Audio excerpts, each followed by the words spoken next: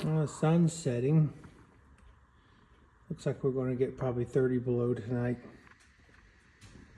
Fire's about out.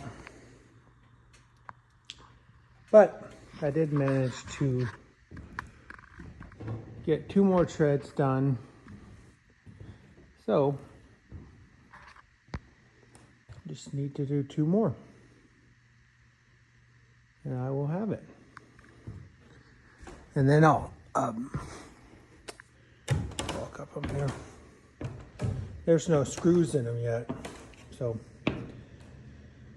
once I get the last 2 done, I'll pull it together real tight, and then I'll screw it all together and be able to call that pretty much finished.